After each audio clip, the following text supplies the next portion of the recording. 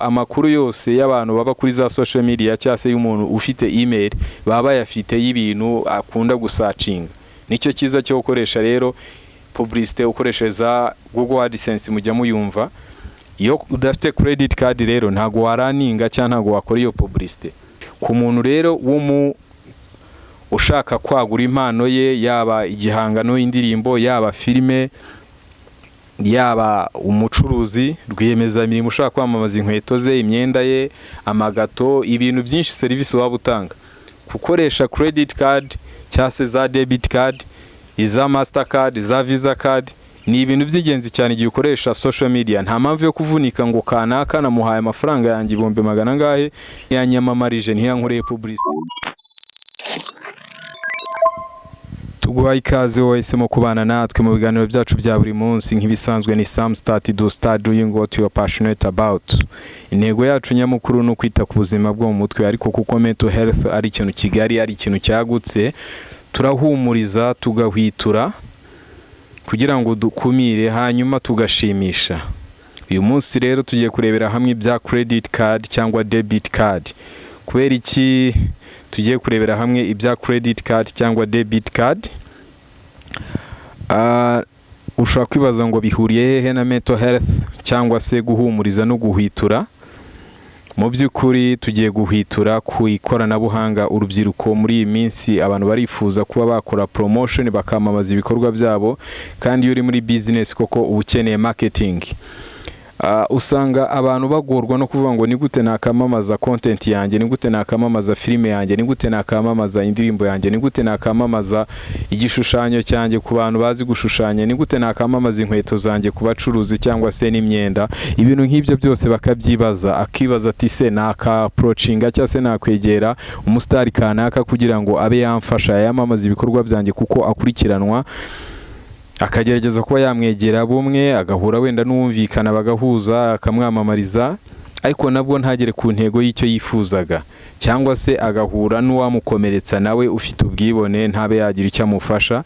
Rimwe na rimwe akaba yamurira amafaranga ntamufashe muri promotion cyangwa se muri yo marketing, ugasanga bikomeje kuba ikibazo. Ariko muri no si tugezemo icyo bita credit card cyangwa debit card yarabikemuye, ifasha abantu. Niyo mpamvu ngiye kugusobanurira akamaro kayo nuko wayikoresha wowe nk'umu YouTuber cyangwa se umuntu ukorera kuri social media ushaka ibintu bya marketing.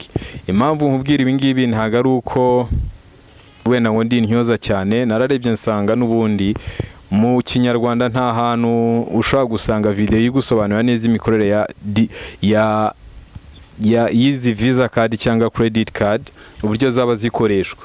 Ni ikarita ishobora kuba yagufasha kugura ibintu ku isi hose, uri mu nzu yawe, muri ghetto yawe, cyangwa se wiryamiye, cyangwa se uri mu bucuruzi bwawe, ugakoresha uburyo bwa online, uburyo bw'ikoranabuhanga. Icyo usabwa ushyiramo nimero de compte yawe ziba ziri ku ikarita, hanyuma ugashyiraho umwaka izarangiriraho, hanyuma hari n'indi mibare y'ibanga 3. Ntago nayibereka kuko hari abashobora kumpakinga. 3 niyo y'ingenzi cyane. Umuntu azigiye ikarita yazarangirira akamenya niyo mibare 3 ashobora kuba yaguhakinga. Icyo kintu cyitondeho. Iyo mibare 3 yujujemo ama application cyangwa se n'ama website bacururizaho, ushobora kuba wakishyura iyo produit cyangwa se igicuruzwa runaka. Wamara kwishyura wibereye mu rugo w'amafaranga avaho. Ariko nanone reka tuganire ku bantu bakora ibya YouTube, abantu bari kuri social media, TikTok, Facebook, Instagram. Murabizi benshi bajya babikoresha no mu bastar dufite ama big channels dufite aremereye. Ibyo bintu barabikoresha cyane kuko bo nta kuntu baba batabizi. Ikiza kizi credit card cyangwa se debit card, biba byiza akarusho noneho iyo account cyangwa se iyo konte yawe wahereweho iyo credit card yawe cyangwa se debit card, iyo ayo mafaranga cyangwa se currency iyo konte yawe iri muri mu madolari, birakorohera kuko yaba za Spotify, yaba za Apple Music, yaba za Deezer, yaba za YouTube, ni henshi usanga ku madolari. Murabiza amadolari ni ifaranga mpuzamahanga. Aho hose konti yawe iri mu madolari, nta kabuza produit yawe ushaka kwamamaza uzayamamaza nta nkomyijemo. ariko nanone ushobora kuba ufite debit card cyangwa credit card ikaba iri mu manyarwanda konti yawe, nabyo nta kibazo. Nabonye hari imbuga zigenda zemera ko wakishyura mu manyarwanda nta kibazo, ntibigutere guhungabana. Ariko akenshi icyo nkubwiye cyo, iyo konti yawe iri mu madolari nta kintu gishobora kuba cyaguhagarika kuba wakora publicité yawe ngo wamamaze ibintu byawe. Ikiza rero kino credit card cya debit card, uratagetinga wowe ubaha bije ushaka. Ushobora kuvuga ngo mfite amadolari 5 cyangwa se amadolari 10, ukabishyiramo ukabyuzuza. Ubavuga ngo nkeneye ko urukweto rwanjye, indirimbo yanjye, filime yanjye iragera ku bantu bari hagati y'imyaka 20 na 40 n'urugero. Bakaba baherereye mu bihugu wenda mu Bufaransa, Argentine, Amerika y'Epfo, muri Afrika se wenda nka Ethiopia n'ahandi wowe wumva nyine produit yawe ushaka kuyiganisha. Ibyo bintu barabigukorera. Nicyo cyiza cyo gukora ino publicité ukoresheje za social media. Urumva ko targeting abantu ushaka kigeraho, ukavuga ngo nkeneye ko abo bantu ari abantu bumva icyongereza cyase bakoresha igifaransa, bari mu myaka iyi nyine. Nkuko wabisabye niko babigukorera, atari kwa kundi wegera ukoresha icyo bita, hari icyo bita digital marketing, akaba n'icyo bita traditional marketing. Muri traditional marketing ni handi ukoresha za radio ikaba yabwira umuntu utanakunda se wenda indirimbo cyangwa utanakunda filime, iryo tangazo rikamugeraho. Ariko ikiza cya digital marketing ukoresheje za Visa card na credit card, publicité yawe igera ku bantu banyabo wowe utekereza ko iyo publicité yawe cyangwa iyo produit yawe cyangwa iyo ndirimbo cyangwa iyo filime utekereza ko abo bantu bari buyikunde, cyangwa se basanzwe baba muri ibyo bintu, bafite passion, bafite urukundo rw'ibyo bintu, babikeneye, bafite aho bahurira n'ibyo bintu. Nuvuga ngo amakuru yose y'abantu baba kuri za social media cyangwa se y'umuntu ufite email baba yafite y'ibintu akunda gusacinga. Nicyo cyiza cyo gukoresha rero publicité ukoresheje Google AdSense. Mujya muyumva, iyo udafite credit card rero ntago waraninga cyangwa ntago wakora iyo publicité. Niyo mpamvu rero credit card na debit card, uretse kuba abantu bari bazi ko ngari kari tugenda ugashyira mu cyuma ukabikura ugakanda amafaranga akaza, ikora ibirenze ibyo ngibyo. Ikora kuba wagura ibintu ku isi hose wibereye mu rugo wawe, ukishyura yabaza Alibaba, yabaza Amazon, produit yawe ubundi ikakugeraho. Haba hari ibigo bishinzwe n'ubundi kuzana ibicuruzwa cyangwa se byaguzwe hanze. Aho icyo gihe wamaze kwishyura uvugana nabo bakababizana. Ikindi mu kwamamaza publicité muri marketing, ushobora kuba wakoresha izi credit card cyangwa debit card. Debit card na credit card ushobora kwibaza ngo bitandukanira he? Byose bikora kimwe, uretse ko credit card yo hari umwihariko ifite. Credit card ushobora kuba uyifite udafite amafaranga kuri konti yawe, ukaba wajya nko muri hoteli, hari ibigo byinshi babyemereye iyo credit card bikaba byaguha service cyangwa se produit amafaranga ntayo mu by'ukuri.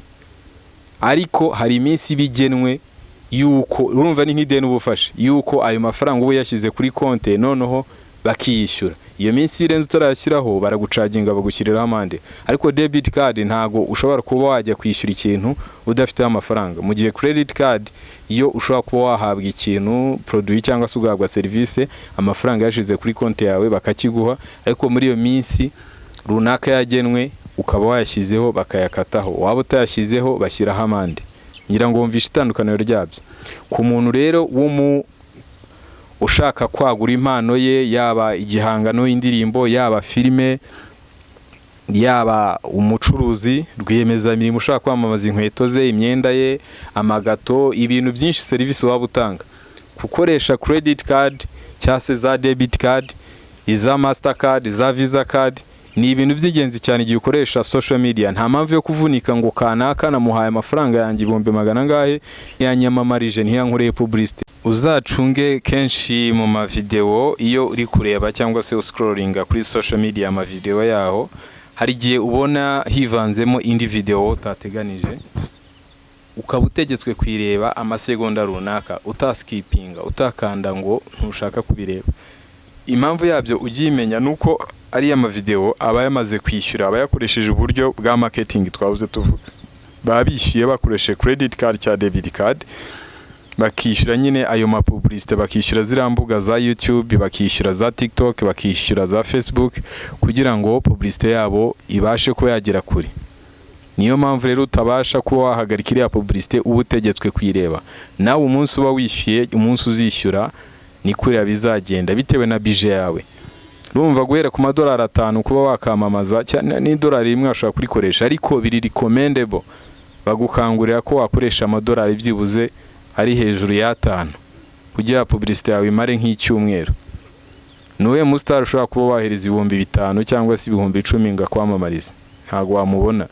Ariko mu gihe izi mbuga zo zemera amafaranga make yashoboka zikaba zakwamamariza ukoresheje uburyo bwa credit card, hanyuma ugakoresha kugeza kuri budget yawe uko wifite. Ushobora gukoresha kugeza ku madolari 100, ugavuga ati buri munsi bajye bakata amadolari 20 bitewe na views ushaka, bitewe n'abantu ushaka ko publicité yawe iri bugereho. Ngira ngo ufite ikibazo cyangwa se hari aho utasobanukiwe neza, ushobora kwandika muri comment ukatubaza ati ahangaha bimeze bite, nta kibazo twagusubiza. Ndabakangurira gukoresha uburyo mukora za publicité zanyu, yaba abahanzi, yaba mwe mufite impano zo gukina amafilime, yaba mwe mufite impano zo gushushanya.